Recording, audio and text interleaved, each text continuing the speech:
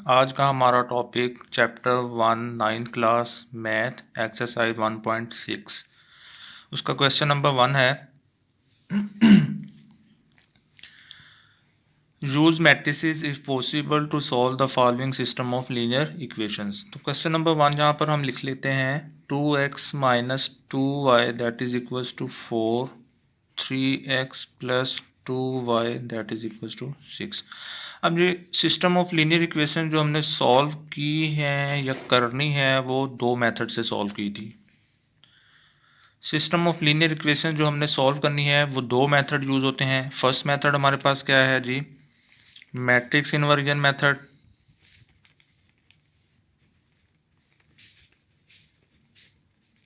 और जो हमारे पास दूसरा मेथड यूज हो रहा है वो हमारे पास है जी क्रैमर्स रूल। अब हम इस क्वेश्चन को दोनों मेथड से सॉल्व कर लेते हैं। First of all first method को यूज़ करते हैं हमारे पास मैट्रिक्स इन्वर्जन मेथड। अब मैट्रिक्स इन्वर्जन मेथड में हमारे पास क्या था जी, कुछ इस तरह से हमने वैल्यूज़ फाइंड आउट की थी। एक्स की वो हमारे पास क्या थी जी, D M minus B N over A D minus B C. और इसी तरह जो नेक्स्ट वन हमारे पास वैल्यू थी वो कुछ इस तरह से दिखाई दे रही थी, A N minus C M over A D minus B C. अब ये लिखने का यहाँ पर मकसद क्या है, ये लिखने का मकसद ये है कि आपने डायरेक्ट मैट्रिक्स इन्वर्जन मेथड वाला जो सॉल्यूशन हमने किया था वहाँ से हमने एक्स एंड वाई की वैल्यू फाइंड की थी, तो आप उसको डायरेक्टली यूज़ करते हुए ये वाले जो सिस्टम ऑफ लीनियर इक्वेशंस हैं इनके आप सॉल्यूशंस कर सकते हो।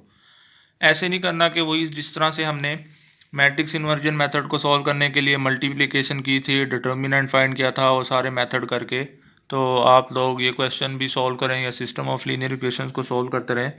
इससे बेटर ऑप्शन हमारे पास ये है कि आप लोग डायरेक्ट जो हमारे पास मैट्रिक्स इन्वर्जन मेथड का जो आंसर निकला था या जो वैल्यू हमारे पास निकली थी उसको यूज़ करते हुए आप डायरेक्ट भी इनको सॉल्व कर सकते हो। अब ये डी बी ए बी हमने कहाँ से लेने हैं, इन्हीं वैल्यूज से लेने हैं। जिस तरह हमारे पास लीनियर इक्वेशन जो जनरल फॉर्म में थी वो कुछ इस तरह से थी, A X plus B Y is equals to M, C X plus D Y is equals to N. तो अगर इन दोनों इक्वेशंस को हम कंपेयर करें तो यहाँ पर हमारे पास जो a की वैल्यू आ जाएगी वो हमारे पास क्या आ जाएगी, a इज इक्वल्स टू 2, और b की हमारे पास यहाँ पर वैल्यू आ जाएगी जी -2, c हमारे पास यहाँ पर आ जाएगा 3, एंड d हमारे पास यहाँ पर आ जाएगा 2, और m की वैल्यू है यहाँ पर 4, n की वैल्यू है यहाँ पर 6। जस्ट आपने क्या करना है, ये वाली सारी वैल्यूज़ यहाँ पर पुट कर देनी है और आपके पास डायरेक्ट आंसर आ जाएगा। और यहाँ पर x हमारे पास क्या है जी, x and y matrix, matrix form में आंसर निकालना है हमने। तो सिंपली अब क्या करना है हमने,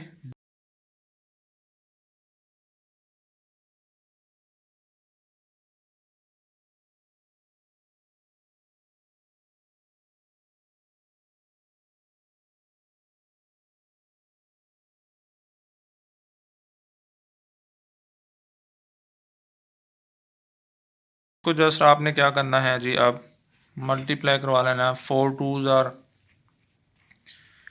8 minus minus minus plus 6 2s are 12 over 2 2s are 4 plus minus minus plus 3 2s are 6।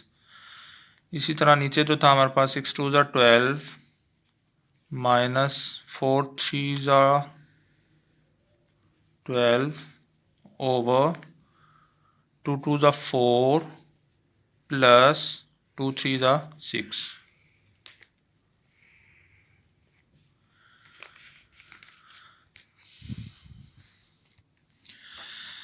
तो हमारे पास कुछ इस तरह से था, 8 plus 12 over 4 plus 6, 12 minus 12 over 4 plus 6। Further इसे जब हम सिंप्लीफाई करते हैं तो ये हमारे पास आ जाएगा 12 plus 8 that is equal to 20 over 10, और ये हमारे पास हो जाएगा 0 ओवर 10।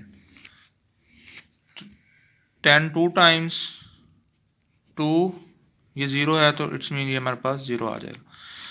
तो यहाँ पर हमारे पास जो x की वैल्यू आ गई है वो 2 है और y की हमारे पास जो वैल्यू आ गई है वो 0 है।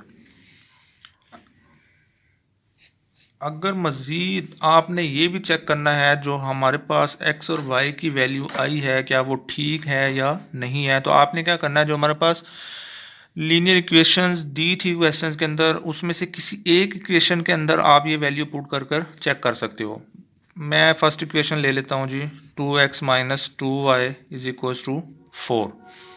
तो अगर यहाँ पे देखा जाए x की वैल्यू हमने क्या पुट कर देनी है जी, 2 माइनस y की वैल्यू हमारे पास क्या कर लेनी है 0, दैट इज इक्वल्स टू 4, 2 2 ज़ा 4 minus 0 is equals to 4, 4 is equals to 4। It's mean that हमारे पास ये जो x और y की वैल्यू फाइंड हुई है, ये जो हमने सॉल्यूशन किया है x और y की वैल्यू मालूम करने के लिए, उसकी वैल्यूज़ हमारे पास बिल्कुल ठीक हैं। क्यों ठीक हैं? जब हमने वो वैल्यूज़ वापस इक्वेशन में पुट की है, किसी भी एक इक्वेशन में आप लोग पुट करके चेक कर सकते हैं, अगर वो हमारे पास आंसर इक्वल आ जाएं दोनों, so it's mean answers of over x and y values are correct. Otherwise ये हमारे पास रॉन्ग होंगे। अगर यहाँ पर फॉर एग्जांपल 2 आ जाता दैट इज इक्वल टू 4, तो ये तो पॉसिबल ही नहीं है, तो इसका मतलब हमारे पास वो x और y वाली वैल्यू बिल्कुल भी ठीक नहीं है। ये था हमारा मैट्रिक्स इन्वर्जन मेथड।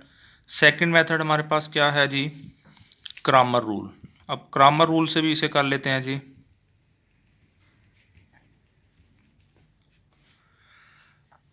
अब क्रैमर रूल के लिए भी हमने देखा था जी, x क्या था, a x determinant over a determinant था, और y के लिए था हमारे पास a y determinant over a determinant. तो a x डिटर्मिनेंट की बात की जाए तो वो भी मैंने क्रैमर रूल्स को जब हम जनरली सॉल्व किया था तो उसमें बता दिया था कि a x डिटर्मिनेंट हमने कैसे फाइंड करना है या कैसे लिखना है। तो वो था हमारे पास m n B D determinant. अब फिर वही बात है कि m क्या है, n क्या है, ये हमारे पास जो क्वेश्चन की लीनियर इक्वेशंस गिवन है उसमें से आप लोग m n b और d को लिख सकते हैं। तो m हमारे पास क्या है जी 4, n हमारे पास क्या है जी 6, b की अगर बात की जाए b हमारे पास है जी -2 एंड 2। डिटर्मिनेंट ले लेना है आपने इसका डायरेक्ट।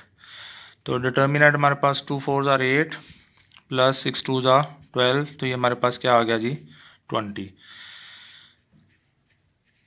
और ए वाई डिटर्मिनेंट ले लेते हैं जी। ए वाई डिटर्मिनेंट के लिए आपने ए एम सी एन ये डिटर्मिनेंट लेना होगा। तो ए हमारे पास क्या है जी 2, एम हमारे पास सेम 4, सी हमारे पास 3, एन हमारे पास 6। डिटर्मिनेंट ले लें जी इसका।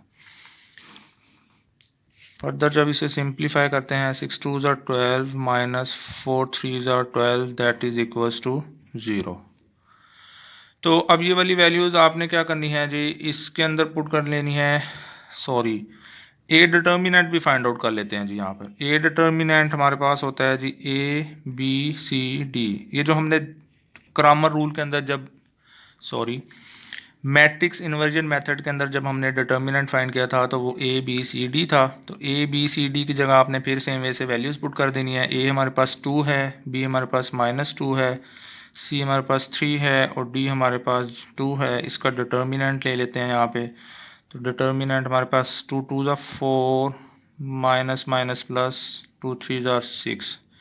तो ए डिटर्मिनेंट की वैल्यू हमारे पास क्या आ जाती है जी यहाँ पर 6 + 4 दैट इज इक्वल्स टू 10। अब हमने जस्ट क्या करना है, ये जो वैल्यूज़ फाइंड आउट की हैं, A determinant, A X determinant, A Y determinant, इनको जस्ट इनके अंदर पुट करना है। तो हमारा क्या होगा क्रैमर रूल। तो क्या होगा